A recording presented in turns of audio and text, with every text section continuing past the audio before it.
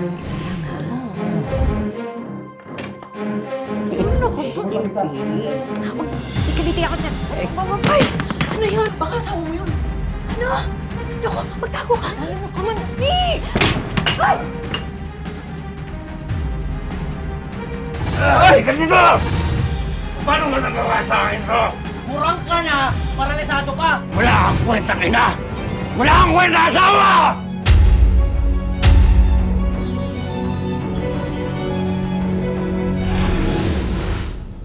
Hindi lahat ng pamilya ay may maituturing na ama at ina. May mga katulad ni Edgardo na mag-isang itinataguyod ang kanyang pamilya.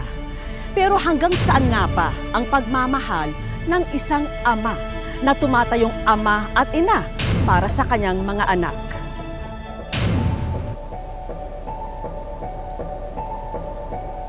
Na, baby! Sarap-sarap! Ito na! Oh! Diba? Yan! Sarap-sarap! Elena!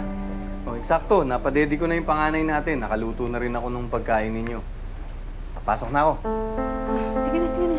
Alis ka na. Sige na, sige na. Mahuhuli ka sa trabaho eh. Pahalik-halik pa eh.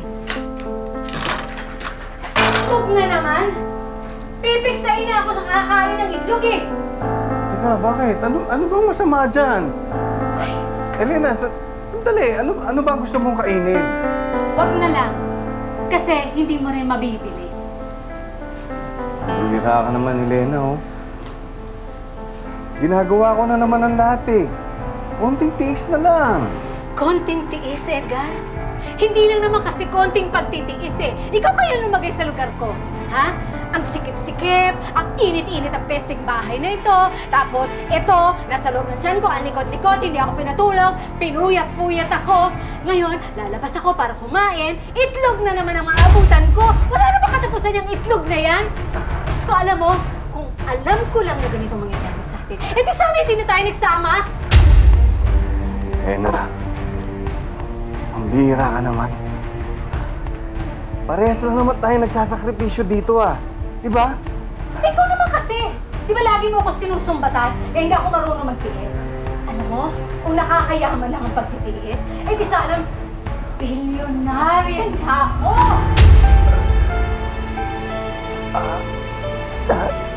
Edgar? Eduardo?